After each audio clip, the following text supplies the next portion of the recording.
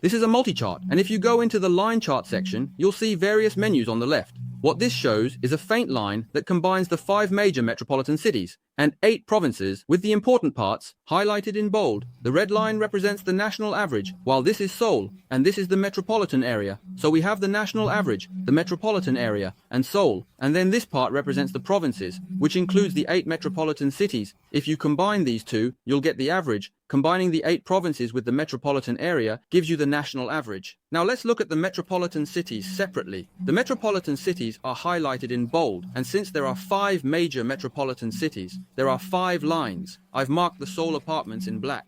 Here, you can see that everything rose and then all dropped significantly. Do you see this orange line? That represents Sejong City, which has increased significantly compared to other metropolitan cities. This data is from November 2019.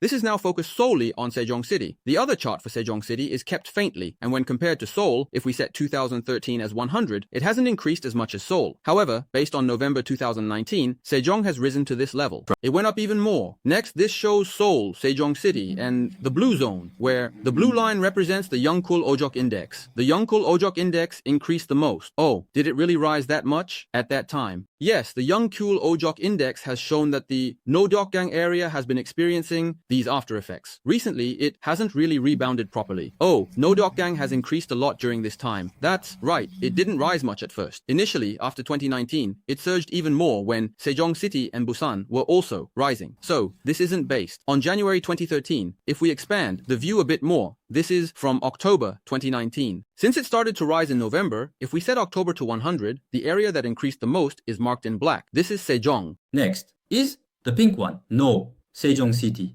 has increased more than Nodokgang. Nodokgang has risen even more. Nodokgang has been increasing over a long period. Sejong City has seen an increase in the last 2 years. We saw Yeocheon earlier. It stayed flat for 15 years and then just doubled in 2 years. It was the first to rise and the largest increase. And looking at the chart, the leading trend is visible. Sejong City is the first to decline, followed by Nodokgang, then Busan. Next, the top star market cap list. Top 100 do not drop out. They drop out later. So the amount has increased significantly, but the return on investment isn't that great. Ah, I see. Then, that's also a misconception. For example, they say that only Gangnam keeps going up and that you should buy in Gangnam. But if you think about it, if you enter and exit at the right times, the return on investment isn't really that good. I have captured that part from the book a little later because I noticed you were asking a lot of those questions. First of all, can you see the leading index? Then, it also peaked in August and September. The Youngkul Ojok Index did as well. After that, there was a general increase nationwide in October. But look at the bottom. Look at the bottom. If you look at the bottom, the Youngkul Ojok Index keeps declining. In Seoul, the apartment market is heating up with 100 apartments in market capitalization. The one that appeared before this is the black one. Ah, this one is sharply rising. The peak was reached first, and it also rose from the bottom first, but now it's turning down. You saw it a moment ago, right? The Bongcha is bursting, but what's interesting is that it started in November 2019, and now we've met. They were all scattered, and then met again. This is the order of my book, and if you look here, the saying goes, when you part, you meet again, and when you meet, you part, referring to the Gangnam district and Nowon district. If you take a moment to look at this, it reflects that idea. People often confuse Nowon district and Gangnam district, so let's take a look at this.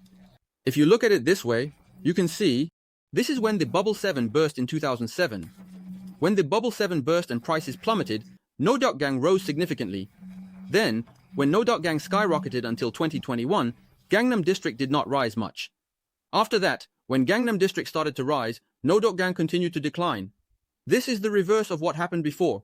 The blue line was going down while the red line was going up, and now the red line is going down while the blue line is going up. This is what is represented all at once here. In other words, if we set 2007 as 100 and attach Nodokgang here, it corresponds to Nowon district. When Nodokgang experienced a huge surge, Gangnam district plummeted significantly during the Bubble 7 burst. However, starting from this point, when Gangnam district began to rise, Nodokgang could not rise until the very end. But whether you look at this starting point or that one makes a difference. In any case, they met. However, this time, when Gangnam district rose, Nodokgang fell first. When the prices in Gangnam District rise, Nodeokgang has been continuously declining, but it seems to be trying to rebound now. However, we shouldn't consider this starting point. Instead, let's look at the end of 2019. Since then, Nodeokgang has skyrocketed, mainly due to large amounts, and later, when it surpassed the station, it seemed to rise significantly with prices like 5 billion and 4 billion. But ROI hasn't increased as much as Nodeokgang. Now they have met. What happens after meeting this? Here we might all drop together, and I believe we will drop together. Of course, there will be a slight time lag. So what happened in Nowon District and Gangnam District is the same for both Sejong City and Seoul. Looking back, after the peak starts here and ends, when it settles down, there isn't much to fall back on where it hasn't risen. In fact, it tends to rise even more. Since it fell a lot from above, we ended up meeting like this. That was what I referred to as the Hwaija Jongri Geoja Bibun, and I wrote it down in the book regarding Gangnam District and Nowon District, so don't feel sad just because I mentioned Nowon District. The themes change each time. For example, sometimes chemical stocks rise, and other times, electronic stocks do. In 2020 and 2021, the residents of Gangnam District had faces like they had eaten something unpleasant because prices weren't rising, and that was the reason it couldn't be any other way. At that time, I didn't take out a loan, but Nodeokgang provided loans. So in the end, people could only buy in those areas by taking out loans, which led to a surge in demand there, causing prices to rise, while Gangnam District did not see an increase. However, now, Gangnam is also offering loans starting from 2022. Therefore, I believe many people, including some experts, are saying to look at Gangnam. Isn't it true that Gangnam isn't dropping and is rising again? I think this is just talk, without considering the fundamentals at all. This is because loans haven't been provided. So there hasn't been any impact from the interest rate hikes. Therefore, prices have dropped less, and now they are rising less. But now that loans are being offered, I expect that there will be a significant wave of decline, especially in the second half of 2025. I believe that during this time, areas like Gangnam District and Songpa will all drop. Borrowed 1 billion and 1.5 billion. However, some experts are still saying things like this. What do they mean? They say that prices in Gangnam District keep going up. What do you think about that? I believe that Gangnam, like the saying, what goes up must come down, is currently not declining and is actually rising. However, when it does eventually drop, it will fall more sharply. In contrast, Nodeokgang, which has already experienced a decline, will not drop as much when that time comes. This has been the pattern in our country's history. Finally, let's apply technical analysis once more. In the L chart, you can see a comparison chart. Here, it compares various lines. Jhansi prices, data from KB, Korea Real Estate Agency, Ministry of Land, Infrastructure and Transport, actual transaction prices. There are various indicators and directions, which can be a bit confusing. So there is a removal function here. You can just remove it and log it, and this is a detailed chart. When initialized, it shows a chart of the sales, which means it will form a curve with support lines. However, if we look at it on a logarithmic chart, it changes to a straight line. Here, we remove everything else and focus solely on this, as mentioned earlier. If you connect the low point in 2001 and the low point in 2015, it continues until October 2019, where there is a significant spike. This is the final stage of 70 steps, with only a 1-month difference. It started to rise in November, but October was the turning point. This seems a bit suspicious to call it a coincidence. If you look here, the first rebound was due to special insurance loans, but the second attempt failed. In stock terms, we usually... When a support line serves its purpose as a support and then breaks down, it tends to rebound afterwards, effectively acting as a resistance line. This will act as a resistance line, and if this is the first decline, then I believe we will see a rebound wave, or Minsky moment, or a dead cat bounce. However, this time, it will be shorter than the previous one. However, if it is shorter and weaker than that, the sense of fear is heightened. You are facing additional losses after already suffering a significant loss once. I bought it for 1 billion won. Now it's fluctuating between 600, 700, and 800 million won. 500 million drops here and 400 million drops there. That's a 200 million drop. 400 million drop here. 200 million drop there. Fear is maximized. So, this is basically asking how far this area will go. Especially, this is about the annual salary. It's the peak of the annual salary, which is slightly higher than the end of 2019.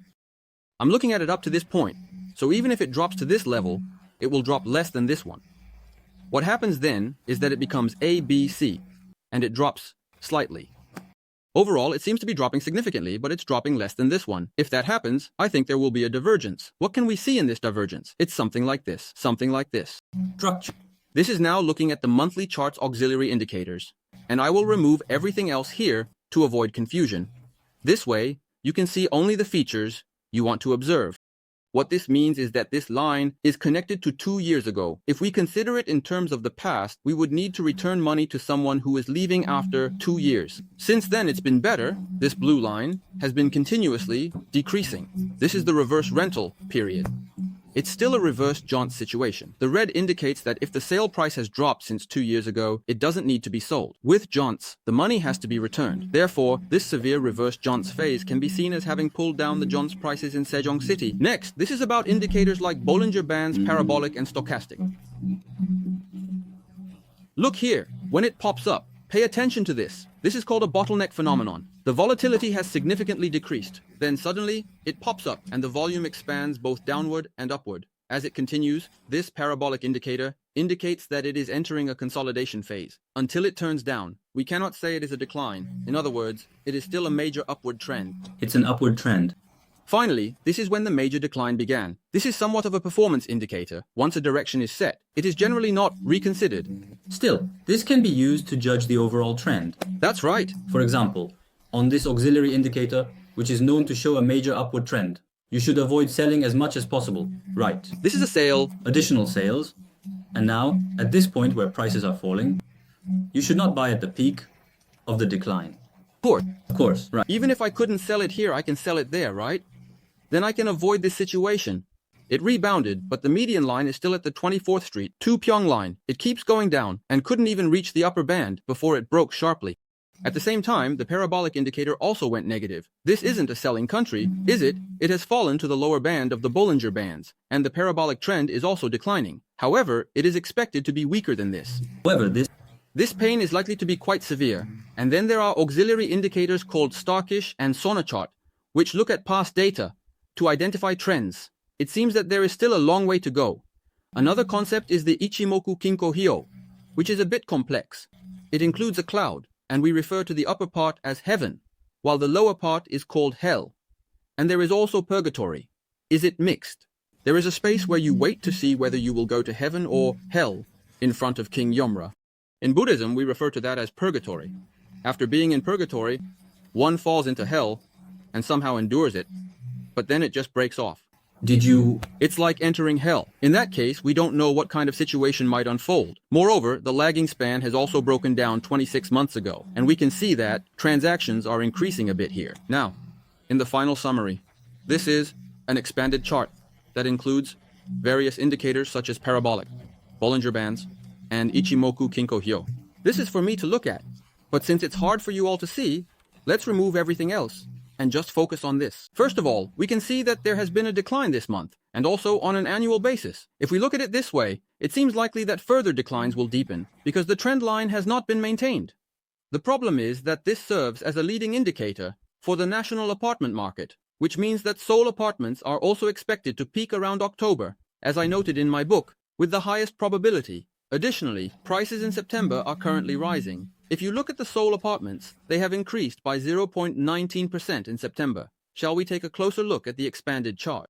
Looking at the expanded chart, we can see it more clearly, and placing the X shows that apartment prices in Seoul are currently up by 0.19%. Although the rate of increase has slowed down, it is not a decline. However, it seems that the monthly peak occurred in August. This means that in that month, whether it was a reported price or a peak price, all were collected to create this figure. Recently, there haven't been many reported high prices, so while the average price is rising, the reported prices are not. This phenomenon is similar to what happened in October 2021, when a peak was reached, but the actual peak was in November. The average price peaked in October, while the average price continued to rise in November. Similarly, even though August is the peak, the monthly average could extend into September or October. Therefore, the increase has not yet ended. But when I saw Sejong City collapsing, it seems that Seoul will also reach its peak within a month or two, and the second decline will begin. It feels like we are heading exactly towards the scenario I wrote in my book. From what you mentioned earlier, it seems that Sejong City had already reached its peak and started to decline before all other regions in the country hit their highs. When the market rebounded in 2023, Sejong was the first to show signs of recovery, followed by Seoul. However, now Sejong City is once again starting to decline. So, Seoul will also decline again in the near future. This is our Alan's definite conclusion. Today, right? Yes, that's correct. So, in the book, We can infer that the second decline has started by looking at Sejong City, just as we discussed in the last broadcast. And I think the decline this time is really scary because it's a C-type. That's why it's nicknamed the killer C group. Among ABC, C is the most frightening, and at the end of that C group, a significant situation could arise. We didn't expect it, but in 1998, we experienced the IMF crisis. In 1997, similar to that, the IMF crisis occurred, and there is a very high possibility that strange situations like that will happen again. So please, be cautious and pay more attention to Sejong City. I really listened well to what Elliott said today, in a big way. My opinion is quite similar to his. What I mentioned is that the Byungbokjum will come in September, and after about a month and a half to 2 months from its arrival, the trend will start to lean towards Hara. So, these indicators will likely be around mid to late October. So I think it would be nice to have another broadcast with our dear Elliott around the end of October or the beginning of November. Thank you for taking the time today. In the future, we at Richgo, along with Elliott, and based on our data and charts, will continue to play a guiding role in the real estate market for many people. Thank you